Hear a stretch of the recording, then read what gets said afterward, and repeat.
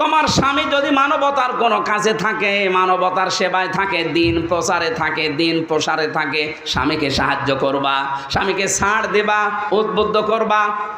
আমি জাকির সাহেবের কথা বলছি, যেহেতু সমাজসেবক, উনি বাইরে মানবতার সেবায় কাজ করছে, বাইরে মানবতার জন্য কাজ করছে, ইসলামের কাজ করে। ওনার স্ত্রী যদি নেককার হতে চায়, দিন মানতে চায়, ইসলামে প্রবেশ করতে চায়, স্বামীকে ছাড় দেওয়া লাগবে, সময় দেওয়া লাগবে, উদ্বুদ্ধ করা লাগবে। এটা নেককার মহিলার গুণ। আর যদি সবসময় ঘ্যানর ঘ্যানর করে, কি করো তুমি, আপনি নামাজ পড়ে রোজা রেখে কালো বোরকা পরে জাহান্নামে যাবেন। কারণ এটা 3 নাম্বার পয়েন্ট, তুইনু আলা দীনি যাওজাতিহা। স্বামী যদি দিনের কাজ করে, মানবতার কাজ করে, সেবা করে, তাকে ছাড় দেবা, উদ্বুদ্ধ করবা, সময় দিবা, তাহলে ঘরে বসে বসে ওই কাজের সওয়াব তুমি পেতে থাকবা। সুবহানাল্লাহ বলতে পারেন না? কোন মানুষ যদি সুস্থ অবস্থায় ইবাদত কন্টিনিউ করে, প্রতিদিন মনে করেন আপনি সুস্থ অবস্থায় আয়াতুল কুরসিটা পড়েন, তেমন অসুস্থ হয়ে গেছেন আর পড়তে পারছেন না, যখন অসুস্থ যদি 10 বছরও থাকেন, 10 বছর আয়াতুল কুরসি পড়ার সওয়াব পেতেই থাকবেন। এজন্য সুস্থ যতদিন আছেন ইবাদত বন্দেগীতে থাকবেন, অসুস্থ হয়ে গেলে যেন ওটা জারি থাকে, বন্ধ হয়ে না যায়। জোরে বলেন সুবহানাল্লাহ। 4 নম্বরে, স্বামী যেটা আদেশ করে ওটা যদি জায়েজ হয়, স্বামী যেটা আদেশ করে ওটা যদি জায়েজ হয়, তোমার জীবন থাকতে ওইটা মানা লাগবে। আরে আমি স্বামী, যত স্বামী এখানে বসে আছে প্রত্যেকটা স্বামীর পক্ষ নিয়ে বলছি, বাংলার প্রতিটা স্বামী চায় বিয়ের পরে আমার মা বাবা আমাদের সাথে থাকবে, কিন্তু 100 জনের 98টা বউ এটা চায় না। এক কথা বলেন। গত কয়েকদিন আগে আমি নীলফামারীর কিশোরগঞ্জ থানায় গিয়ে ওরা আমার নিয়ে গেল বৃদ্ধাশ্রমে, দেখি এইদিকে 30 জন, এইদিকে 30 জন বসে আছে মা আর বাবা। ওদের চোখের দিকে তাকিয়েই বুঝলাম প্রত্যেকটা মা বাবা সন্তানের জন্য বদদুয়া করছে। তাদের তো আমাদের মতো ছেলে আছে, মেয়ে আছে। এই ছেলেটা, এই মেয়েটা আজ বাধ্য হচ্ছে মা বাবাকে বৃদ্ধাশ্রমে রেখে যেতে, বাইরে আলাদা করে দিতে, ভ্যানো করে দিতে বাধ্য হয় ওর বর কারণে। আর ওর বউকে এবারে বারবার ফসলায় ওর বর মা আর ওর বড় বোন।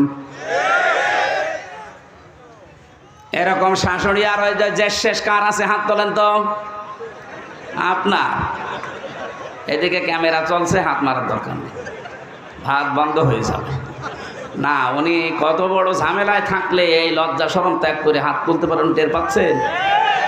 কোথায় আছে আমরা? আর ওরা ইবাদত করে বলে। কিসের ইবাদত করেন আপনি? দিনের ভেতরে প্রবেশ করার 4টা নিয়ম বললাম। আমি তো নিজে স্বামী হয়ে সবার পক্ষ নিয়ে বললাম, সবাই বলছে হ্যাঁ, আমি হাসির খোরাকি দেইনি। যেই মেয়েরা চায় না যে শ্বশুর শাশুড়ি আমাদের সাথে থাক, ওর নামাজ রোজা ওই কালো পর্দা সব মাঠে মারা যাবে। আমি চাই আপনাদের বাঁচাতে। অনেক মহিলারা আমাকে শত্রু মনে করে, হ্যাঁ হুজুর শুধু আমাদের বাঁশ দেয় না। আপনাদের আমি বাঁশ দিতে আসিনি, আমি বাঁচাতে চাই।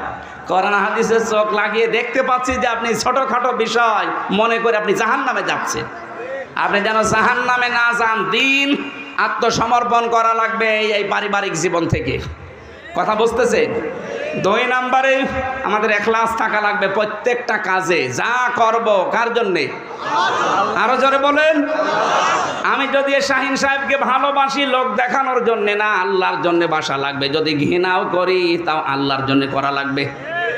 এইটা আজ যদি বাংলাদেশে চালু হয়ে যেত, ইসলাম অনেক এগিয়ে যেত।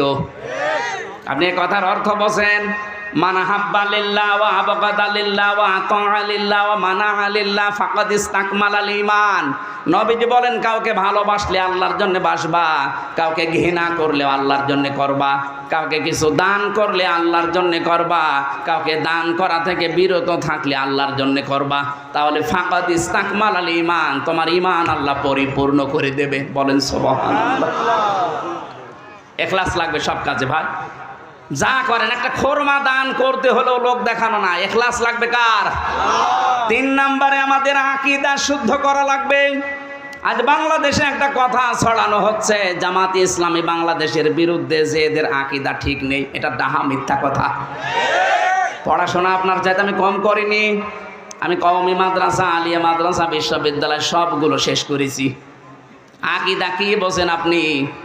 যে মজলুম একটা দলের ওপরে আকীদার দোহাই দিয়ে এদের ওপরে দোষারোপ করেন, একটা মিথ্যা তহমত লাগাচ্ছেন, কিয়ামতে আপনি আসামি হয়ে যাবেন। আকীদার বিষয়ে কারোর সাথে কোনো মত পার্থক্য নেই। হ্যাঁ, কিছু মাসলা মাসাইলে পার্থক্য থাকতে পারে, এটা ইমামদের ভেতরে ছিল। যারা মুজতাহিদ, যারা গবেষক, তারা যদি গবেষণা করতে গিয়ে কোনো বিষয় ভুলও করে তাও একটা সওয়াব পাবে, আর যদি ঠিক হয় ডবল সওয়াব পাবে। আপনি নিজে কোনো চিন্তা ভাবনা করেন না, ছাতা কেউ করতে গেলে তার পাশে লেগে থাকেন সবসময়। কথা বলে না কেন? এগুলো ছোট মনের পরিচয়। আর যাদের বলা হচ্ছে এদের আকীদা ঠিক নেই, কি আকীদা আপনার? একটু ফাঁসির দড়িটা গলার কাছে নিয়ে দেখেন তো কেমন আকীদা দেখবো আপনার।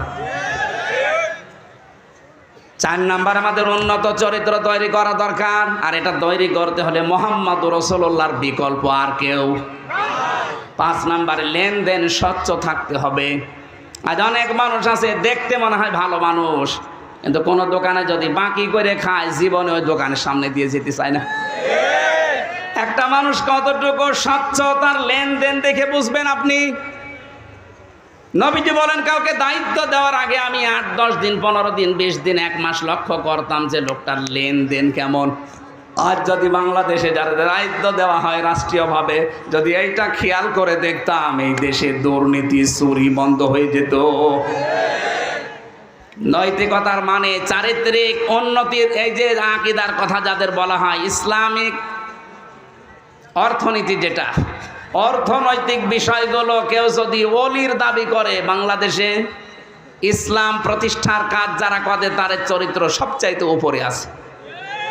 ইসলামী অর্থনীতি যেটা টাকা পয়সার লেনদেন, এটা যদি এই দেশে একামতে দিন যারা কায়েম করতে চায় তাদের চাইতে উন্নত চরিত্র আজও কেউ যেতে পারেনি, আমার মনে হয় পারবেও না। আপনি কিসের আকীদা, আকীদার প্রশ্ন তুলে আন্দাজে মিথ্যা তাদের নামে তহমত দিন, এটা বন্ধ করবেন না, এই যে আসামি হয়ে যাবেন। প্রথম নাম্বারে গেল এই 5টা। এবার দ্বিতীয় শব্দে আছে 8টা, তৃতীয় শব্দে আছে 11টা, চতুর্থ শব্দে আছে 22টা, পঞ্চম শব্দে আছে 27টা। এতগুলো বিষয় একটা একটা করে 12টা পার হয়ে গেছে। আমি এত রাত পর্যন্ত আর পারবো না। কালকে মাহফিল ডবল আছে, মাপ চাচ্ছি। আগামী থেকে আসলে একটা করে মাহফিল নিয়ে, হাফিজ জোর করে ডেটটা নিয়েছে। আর যারা বসে আছে এরা ঘুমাবে, আমারও ঘুমানো লাগবে। ফজরের নামাজ, তাহাজ্জুদ আছে, সকালে আবার যাওয়া লাগবে সেই ঝিনাইদহ। আজকের মতো শেষ করে দিচ্ছি, আগামীতে আসলে কথা বলবো। আল্লাহুম্মা আমিন। লা ইলাহা ইল্লা আনতা সুবহানাকা ইন্নী কুনতু মিনাজ জালিমিন। এই মাথা নিচু করেন, মাথা নিচু করেন, চক্ষু বন্ধ করেন। রব্বুল আলামিন, আমার প্রাণ প্রিয় জেলা কুষ্টিয়া, আমার মাতৃভূমি, আমার জন্মভূমি, আল্লাহ তাআলা হাটো শরীফপুর ইউনিয়ন পরিষদের এই ময়দানে বসে কোরআনে কারীম থেকে কিছু কথা আমরা শুনেছি। ইসলামে প্রবেশ করতে হলে যে 5টা আলামত লাগে আমরা অল্প কথায় বোঝানোর চেষ্টা করেছি। আমি আশা করছি, বিশ্বাস করছি তোমার বান্দা বান্দিরা বুঝে ফেলেছে। এদেরকে তুমি প্র্যাকটিক্যাল লাইফে আমল করার তৌফিক দাও। এ বিশাল আয়োজনে যারা শ্রম দিয়েছে, আল্লাহ, মাওলানা হাফিজুর রহমান জিহাদি সহ যত মানুষ এই মাহফিলের জন্য কাজ করেছে, কোরআন প্রচার হবে, প্রসার হবে, এই নিয়ত যাদের ছিল, আল্লাহ তোমার রহমত এগিয়ে দাও। এ মাহফিলের জন্যে টাকা পয়সা যারা দিল, এদের টাকাগুলো হযরত ওসমানের সাথে মঞ্জুর করো। আল্লাহ তাআলা এখানে প্রধান অতিথি হিসাবে যিনি এসেছেন, আমাদের অভিভাবক শ্রদ্ধাভাজন বড় ভাই ইঞ্জিনিয়ার জাকির হোসেন সরকার, আল্লাহ তাআলা তার যে মনের ইচ্ছা আছে, জায়েজ ইচ্ছাগুলো তুমি পূরণ করে দাও। বিশেষ অতিথি অধ্যাপক সুজাউদ্দিন জদ্দারকে কবুল করো। যত অতিথি আমরা এসেছি, বিশেষ করে এখানকার চেয়ারম্যান যিনি মোশতাক হোসেন মাসুদ ভাই, যে দায়িত্ব তার মাথার উপরে দিয়েছে, জনগণের সঠিকভাবে পালন করার তৌফিক দাও। আল্লাহ তাআলা, সারাটা জীবন অপরাধ করে জীবনটা নষ্ট করে ফেলেছি। হাত উঠায় কথা বলবো ভয় করে, লজ্জা করে। আমাদের অপরাধের দিকে তাকিও না, তোমার রহমতের দিকে তাকাও। আল্লাহ তাআলা জীবনে যত অপরাধ করেছি কোরআনের আজকের এই অনুষ্ঠানের ইজ্জতে অপরাধগুলো নেকি বানিয়ে দাও। এই শহর এলাকার মাটির নিচে যত মানুষ ঘুমিয়ে আছে আল্লাহ কবরগুলো জান্নাতুল ফেরদাউস বানিয়ে দাও। রব্বুল আলামিন যত অতিথি এখানে এসেছে, প্রশাসনের ভাইরা এসেছে, নিজেদের বাড়ি ঘর স্ত্রী পুত্র ছেড়ে যারা কুষ্টিয়ারে ময়দানকে পাহারা দিচ্ছে আল্লাহ তুমি হামেও নাসির হয়ে যাও। তাদের পরিবারস্থ লোক যারা বিভিন্ন জেলাতে আছে এদেরকে তুমি পাহারা দিয়াও, এদের শরীর সুস্থ রাখো, সহি সালামতে রাখো।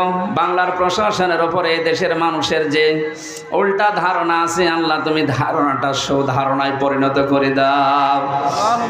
পুলিশ, আমি অন্যান্য দেশে যে দেখেছি পুলিশ পেলে সাধারণ জনগণ তাদেরকে চা খাওয়ায়, কফি খাওয়ায়। এই দেশের পুলিশকে আল্লাহ তুমি এমন বানিয়ে দাও যেন এরা জনগণের বন্ধুই হয়ে যায়। যত মানুষ আমাদের মনের ভেতরে যার যে যায় আশা আছে এগুলো তুমি পূর্ণ করে দাও। মাওলানা হাফিজুর বহু কষ্ট করে আজকের এই আয়োজন সাজিয়েছে। আইলা ইঞ্জিনিয়ার টোটল সাহেব দোয়া চেয়েছে, তাকে তুমি মাফ করো, তার মা বাবাকে ক্ষমা করো। এই দেশটা যখন জুলুম থেকে মুক্ত করেছো কিয়ামতের আগে কোনো জালেম যেন বাংলার চেয়ারের বসতে না পারে তৌফিক দাও। রব্বুল আলামিন আসার সময় দোয়া চাচ্ছিলেন ম্যাডাম খালেদা জিয়ার জন্য, তিনি অসুস্থ, শেফায়ে কামেলা আজেলা নসিব করে দাও। তার স্বামীর জন্যও দোয়া চেয়েছে, শহীদ প্রেসিডেন্ট জিয়াউর রহমানকে তুমি মাফ করে দাও। আল্লাহুম্মা আমিন। তার সন্তান আরাফাত কবরে আছে, আল্লাহ আরাফাতুর রহমানকে মাফ করো। আর এক সন্তান বাইরে আছে, সহি সালামতে দেশের মানুষ দেশে তুমি ফিরিয়ে নিয়ে আসো আল্লাহ। চর্ম চোখে বড় আশা জাগে দেখতে যে দেশটা তোমার কালাম দিয়ে চলছে। জীবনে কিছুই যদি তোমার পছন্দ না হয় আইলে হাজার হাজার মানুষের দিকে তাকাও, এদের আকাঙ্ক্ষা, এদের মনের কাকতি মিনতি তোমার আইনটা আমরা দেখতে চাই।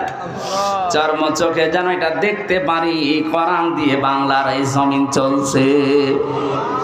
কুষ্টিয়া সদর থানার ওসি, জেলার এসপি, ডিসি সহ যারা দায়িত্বে আছে প্রশাসনে, তোমার খাস রহমত তাদের উপরে নাজিল করো। যার কাছে আজরাইল পাঠাবে মুখ দিয়ে যেন একবার হলেও বের হয়ে যায় লা ইলাহা ইল্লাল্লাহু মুহাম্মাদুর রাসূলুল্লাহ।